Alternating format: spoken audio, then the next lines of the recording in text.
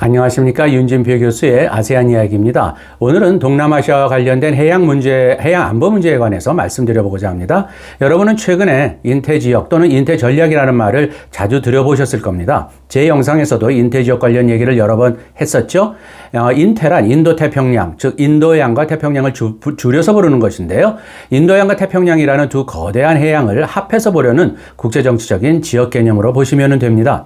보시다시피 인도양과 태평양의 한가운데를 차지하고 있는 지역이 바로 동남아시아죠. 따라서 인태지역 개념에서 빼놓을 수 없는 핵심 지역 중에 하나가 바로 동남아시아, 즉 아세안이라고 보시면 됩니다. 동남아시아는요, 인도양과 태평양에 합류하는 정중앙에 위치하고 있기 때문에 세계 주요 상품, 또 에너지 무역의 상당 부분을 운반하는 중요한 해상 교통로입니다. 동시에 동남아시아는 해양에 기반한 에너지가 엄청나게 잠재된 해저 원유라든지 가스 그리고 어업 관련 해양 자원의 보고라고 하겠습니다.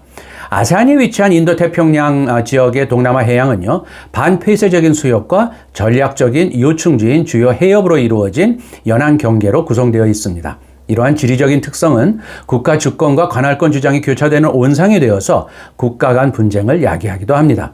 동시에 육지와 해상 간 복잡하게 얽힌 경계로 인해서 밀수라든지 인신, 마약 밀매, 이런 등등 초국경적인 해양 위협을 하는 행위자들에게는 좋은 기회를 제공하기도 하죠. 이러한 동남아시아 해역에서 가장 중요한 해양 안보 문제가 있다면 역시 바로 남중국해 문제라고 하겠습니다. 남중국해 관련해서는 저도 여러 차례 언급을 했으니까 참고해 주시기 바랍니다. 그런데 아세안 회원국들은 모두가 남중국해 문제로 동일한 시각에서 바라보고 있지는 않고요. 그 중요성에 대해서도 각각 다르게 생각하고 있는 게 현실입니다. 복잡한 동남아 해양이기 때문에 역의 세력이 이 지역에서 활동하는 것은 낯선 일은 아니죠. 식민지와 탈림 식민 시대, 그리고 2차 세계대전, 또 냉전 시대 이런 여러 갈등을 겪으면서 그리고 바로 현재에 이르기까지도 강대국 간의 역학관계의 중심에 놓여 있었고요. 현재는 미국과 중국 간의 경쟁 관계가 주로 지배하는 그러한 상황이 되었다고 보시면 됩니다. 그렇기 때문에 언론에서는 동남아시아를 본질적으로 거물들 뒤로 숨거나 또는 이들에게 패배한 힘없고 무력한 정치 집단으로 묘사하는 그런 경향이 있었습니다.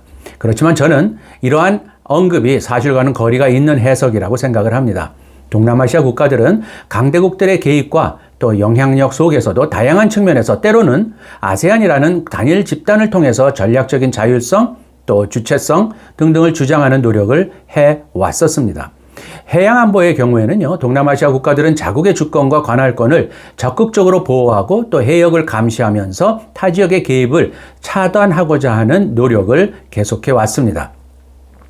말레이시아와 필리핀, 베트남을 보면요, 남중국해에서 중국의 강압에 맞서서 제한된 자원을 활용을 해서 최선을 다해서 대응 작전을 수행하고 있습니다. 하지만 여러 제약으로 인해서 이 지역에서의 지속적인 주둔이 불가능해서 결국 중국이 악용할 수 있는 안보 공백이 발생하게 되었죠. 구단선이라는 비리 논리적인 개념으로 영위권을 주장하고 있는 중국이 남중국해의 여러 동남아 국가들에게 주요 우려 대상이기는 하지만 이것만이 유일한 문제는 아닙니다. 동남아 관련국들은 자국 군대의 지속적인 주둔이 요구되는 여러 해양 안보 문제를 겪고 있는데요. 예를 들면 해적 행위 및 해상 무장 강도, 그리고 해상에서의 마약 및 총기류 밀매 문제, 인신매매 문제, 밀수품 거래 등등 초국가적 위협이 상존하고 있습니다. 다양한 해양 치안 문제에 대해서 대처하는 가장 확실한 방법은 역시 해양 역량 강화지만 이는 결코 말처럼 쉽지는 않죠. 코로나19와 우크라이나 전쟁 등으로 인해서 물가 상승이 발생을 하고요. 이로 인해서 해군 함정을 비롯해서 큰 돈이 필요한 무기체계 획득 사업은 정부의 긴축 재정 조치로 인해서 희생되고 있습니다. 일례로 태국의 잠수함 사업은요, 엔진 설치를 둘러싼 중국 조선사와의 기술적인 문제뿐 아니라 사회 경제적인 우선순위에 더 많은 예산을 투입해야 된다는 국내 여론의 반대로 인해서 여러 가지 어려움을 겪고 있습니다. 필리핀은 막대한 재정 투입 때문에 잠수함 획득 계획을 미루고 있고요. 당분간은 수상 함대 능력의 현대화에 만족해야 되는 상황입니다. 말레이시아는 말레이시아의 해군의 연안 점투함과 해양 경비대의 그 연안 경비함 건조 사업도요, 납품 기한 초과라든지 예산 관리 부실로 인해서 또한 여러 어려움을 겪고 있습니다. 이와 함께 일부 동남아시아 국가들은요, 권한과 책임의 중복 문제, 또 관료주의적인 관행 문제, 제한된 자원을 둘러싼 기관 간의 경쟁 문제 등등으로 인해서 해양 안보 수호 문제가 가중되고 있죠.